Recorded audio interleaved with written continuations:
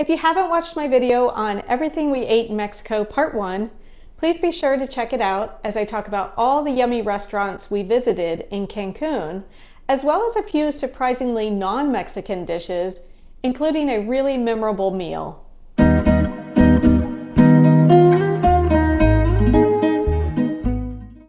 Hi, I'm Nikki. Welcome to La Paz Bound, where I talk about my husband and I moving and retiring early in Mexico, along with our 5 pets. I also talk about luxury, things that I'm going through as a woman over 50, and I vlog about life in Tampa, Florida. And if this type of content interests you, please consider subscribing to my channel.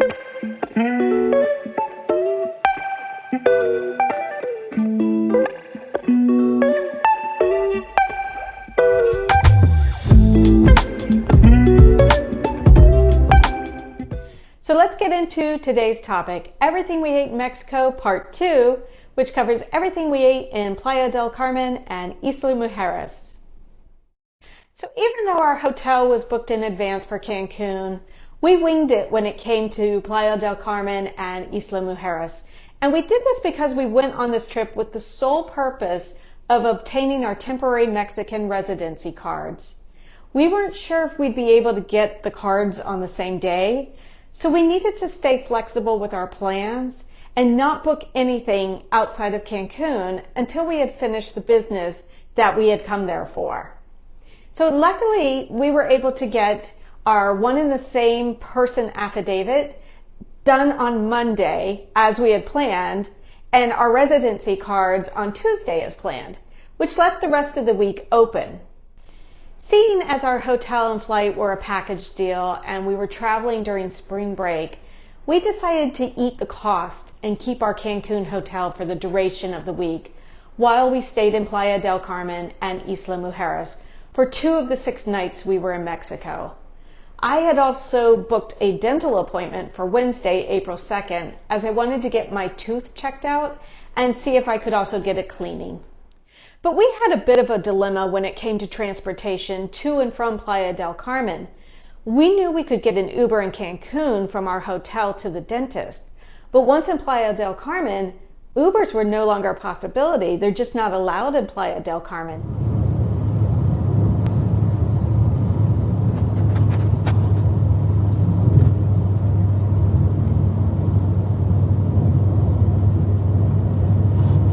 So we didn't know what we were going to do for transportation once I was done at the dentist. And it turns out we didn't really have to think about that because the beach from the dental house, which is where I went, it was only a short walk away.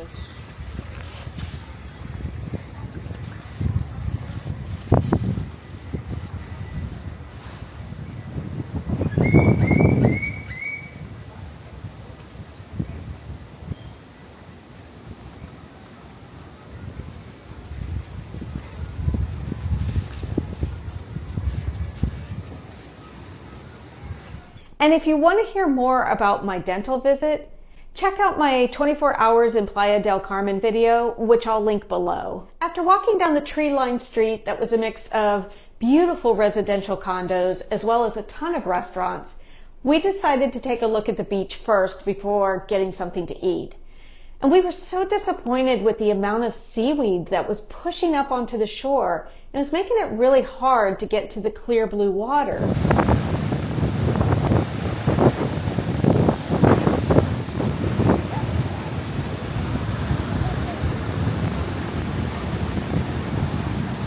There weren't very many people in the water as the sargassum was just so thick and it lined the beachfront. But the white sand was very beautiful, very much like you would find on Clearwater Beach or any of the Sarasota beaches.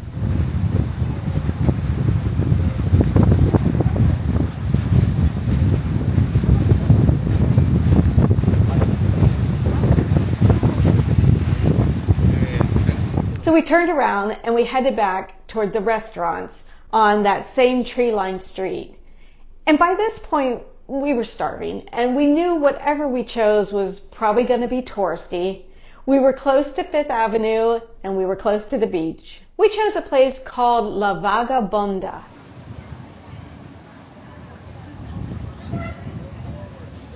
on 38th Street for lunch. When we sat down, the telltale sign that it was touristy was the menu. One side was Spanish, the other side was English. Menu prices were the same, but they were both listed in pesos. So we started with the potato bravas, which I absolutely love. We used to have a restaurant in Tampa called Ceviche's. It closed a few years ago, but I believe the one in St. Petersburg, Florida, I think it's still open, although it may have moved from their original location. And fun fact, the original location had a basement, which is very rare to find in Florida because if you dig too deep, you hit water. Ceviche's had the best potato bravas with a spicy aioli. So when I saw that this restaurant also had potato bravas, I had to order it. And I was disappointed. The potatoes were not fresh. They tasted like they had been cooked the day before and then tossed in the sauce. We also ordered cheese chimichangas. They were much better than the potatoes. They were very fresh and surprisingly light, even though they were fried. My husband had really good chicken fajitas, and I ordered enchiladas. When I couldn't decide if I wanted red or green sauce, the waiter suggested that I get both. He said they were very good mixed together. I wasn't crazy about them. I was looking for a more authentic flavor, and La Vagabunda, she just fell short on some of our items. Our bill for lunch ended up being pretty expensive for what we got. It was 82 USD. We took a taxi to our hotel, we checked in, and then we decided to go check out Fifth Avenue. We didn't have anything to eat on Fifth since we were still full from lunch, but we did hop into a bar and we got a table that was overlooking all the action.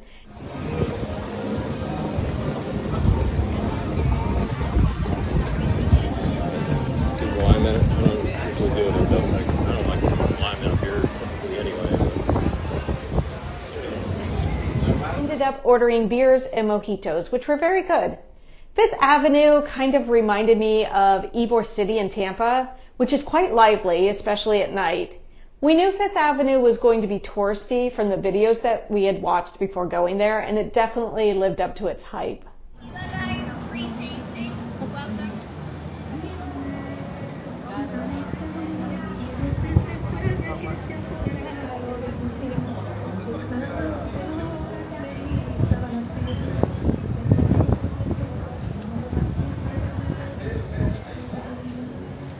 By the end of the day, my feet had so many blisters that I just couldn't do any more walking. So for a second time on our trip to Mexico, we decided to order in and enjoy our beautiful hotel room and that lovely balcony. We ended up ordering from Uber Eats, which is allowed in Playa del Carmen, just not Uber. And this turned out to be a really good decision. We ordered pizza from Don Mario. It was fantastic. And just like in Cancun, I met the Uber Eats driver at the entrance to the hotel. And just like in Cancun, he arrived on a motorcycle. So I ended up getting a pepperoni pizza and Don got the Hawaiian pizza. Our hotel had a refrigerator and we had picked up beer and drinks at OXXO before we headed back to the hotel for the night. And that was a really pleasant meal and evening with the hotel balcony lights and string lights lit up all around, and we could hear the ocean waves in the background. I cannot say enough good things about Playa Palms Hotel and Playa del Carmen. I just wish that we had stayed another night. I think Dawn feels the same way. So we could have gotten a better feel for the more authentic side of Playa del Carmen. The next morning, before I headed off to the grocery store, Dawn and I planned how we were going to get from Playa del Carmen back to Cancun. And since we wanted to immerse ourselves as much as possible in the Mexican culture, we chose to take the audio bus rather than a taxi. We really wanted to take the Mayan train, but it was just too far away. The audio bus had 2 pickup points in Playa del Carmen, one of which was on Fifth Avenue. And if I remember correctly, it had 2 drop-off points in Cancun. The bus ran every hour or so, and we took our time getting ready to head back. So for breakfast, I decided to pick up several pastries from Chedraui. I don't know why that grocery store is so hard for me to pronounce, but to my follower that reached out to me before on my pronunciation of Isla Mujeres and phonetically spelled it out for me, Please do me a solid and do the same for this grocery store because I absolutely love this grocery store and I want to say it correctly in future videos. I ended up getting us a smattering of pastries because I wanted to try everything. We absolutely loved the blueberry muffin. It was our favorite. And while Don normally loves pain au chocolat, the chocolate croissant was his least favorite. And while I normally love glazed donuts, this one came in at the bottom of my list too. But what I did love and ended up taking home and still have 3 of them in my freezer is the traditional biscuit.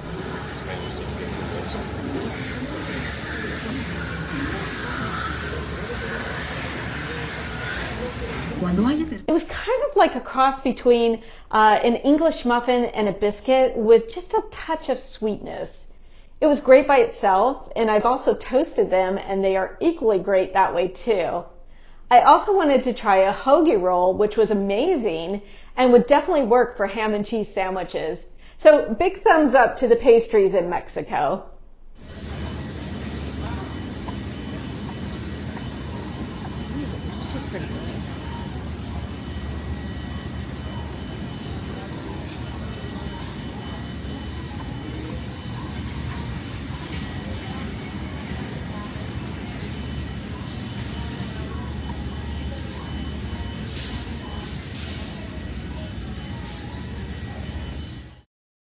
Our entire bus experience back to Cancun was wonderful. First, it's cheap. It was like $7 each to take the bus from Playa del Carmen to downtown Cancun, which is an hour drive.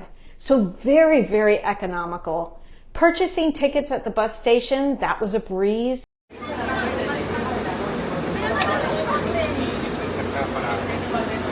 They are very helpful. The people there are helpful in directing you to which bus you need to get on. And the bus itself was very comfortable. It was air conditioned. It even had overhead TVs, which played Mary Poppins, dubbed in Spanish. Very nice, actually. Really nice.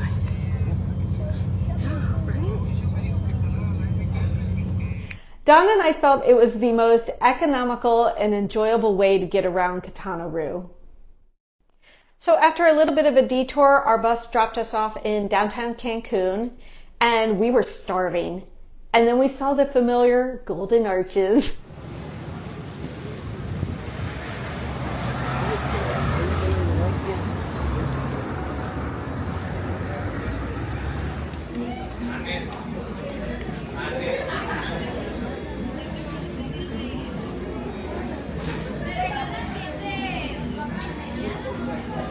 Don and I like to indulge in Mickey D's every now and then. We knew it would be cheap and quick so that we could get over to the island to start enjoying that crystal blue water. We noticed a lot of teenagers at that particular time, so school must have just let out, as some of them were still in their school uniform. We were feeling bold, so we decided to order from the kiosk, just like you can do in the United States. Everything was in Spanish, but we were able to figure it out. I ended up getting 2 cheeseburgers. It was like part of a deal, a package, and messed up on one of my burgers as I thought picking just ketchup and cheese on the first burger would also apply to the second one. So that was my bad. And if you've watched part 1, I mentioned that the beef tastes a little bit different in Mexico, at least to my taste buds, with 2 exceptions. Go check out part 1 to see the first exception. The second exception is McDonald's. Everything tasted spot on like it does in the United States. There was absolutely no difference. While we were at McDonald's, we ended up booking our Chi-Chi's and Charlie's hotel. And I have a separate video that I'll link below on the 3 hotels that we stayed at in Quintana Roo. We then ordered an Uber and we headed over to the ferry for Isla Mujeres. The ferry ride, it only took about 20 minutes and it was $62 for 2 people round trip. Very easy, comfortable trip. It's a pretty good haul for us to walk to our hotel.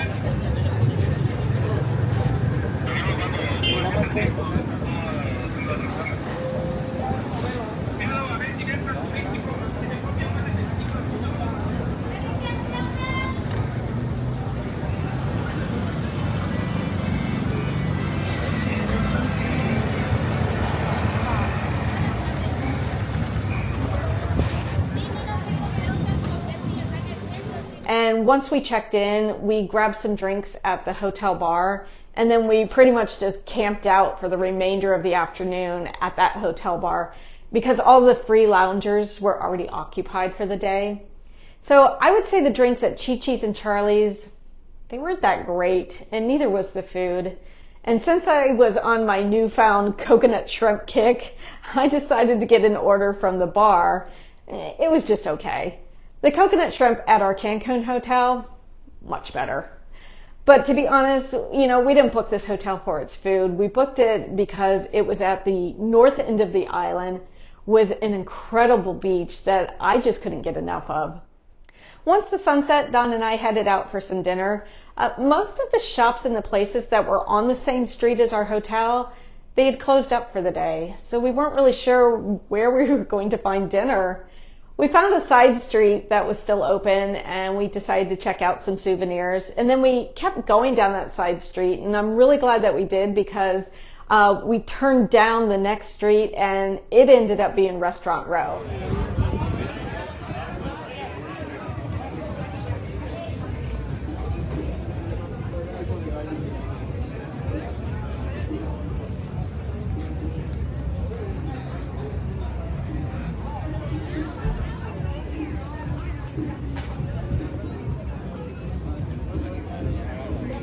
And it was hard to know which restaurant to pick. It reminded me a lot of Miami and South Beach. So my sister and I went a few years ago for a birthday weekend to South Beach, and it had the same vibe as what we were experiencing in Isla Mujeres, where the menus were posted on the outside and then staff were trying to usher you inside.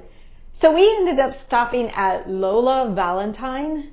We sat down at a table out front facing the crowd, and we ordered a couple of Mai Tais, and they were good, but they were not like any of the Mai Tais that we've ever had before. We ended up waiting a long time for food. The service was incredibly slow, but we sat and enjoyed our drinks, and we people watched. The restaurant also had musical entertainment, so it was a one-man band. And it was just a fairly pleasant experience. We weren't expecting him to come around to the tables and ask for tips, though. And in fact, I didn't really even connect the dots. I just thought some random person was going table to table asking people for money. As for the food, we just ordered appetizers, and the menu stated cash only, which was tourist pricing and was going to be the bulk of our cash had we ordered more. We later learned from the table next to us that paid before us that the restaurant did take credit cards. So what did we get? Well, we got chorizo bombas, which were these mashed potato balls that were filled with chorizo and then they were fried, and they were pretty good. We also got hibiscus flower empanadas. They were also pretty tasty. They had goat cheese and ginger and onion inside, and then they were topped with an avocado sauce. For 2 appetizers and 2 drinks, it came to $54 USD. Before we set out the next morning on our really fun golf cart tour of the island, I headed in search of coffee since the hotel bar, it just wasn't open yet.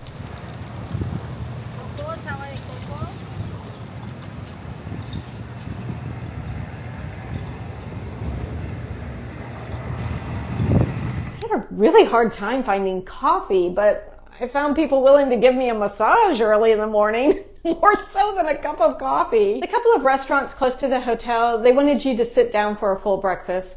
And I was hungry too, so I did just that. Don is not as big of a breakfast person as I am, so I brought him back a cup of coffee. So I ended up grabbing breakfast at Coco Snack Beach Bar, and I ordered a pancake breakfast platter, and I could barely get through it. It just wasn't good. And, I had to ask repeatedly for coffee, and it was the only thing that I really wanted that morning.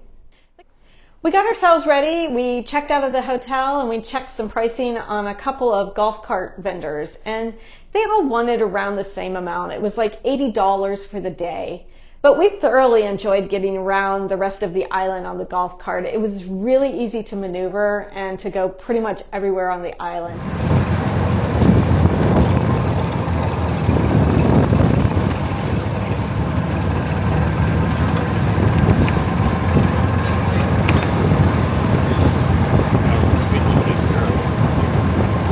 Don was getting hungry, so we stopped off at Chedraui, and he also wanted to get a hat for sun protection. We ended up getting some pastries again, which tied us over until lunch. We found a spot along, I believe, the east side of the island called Mayakita Restaurant. Okay.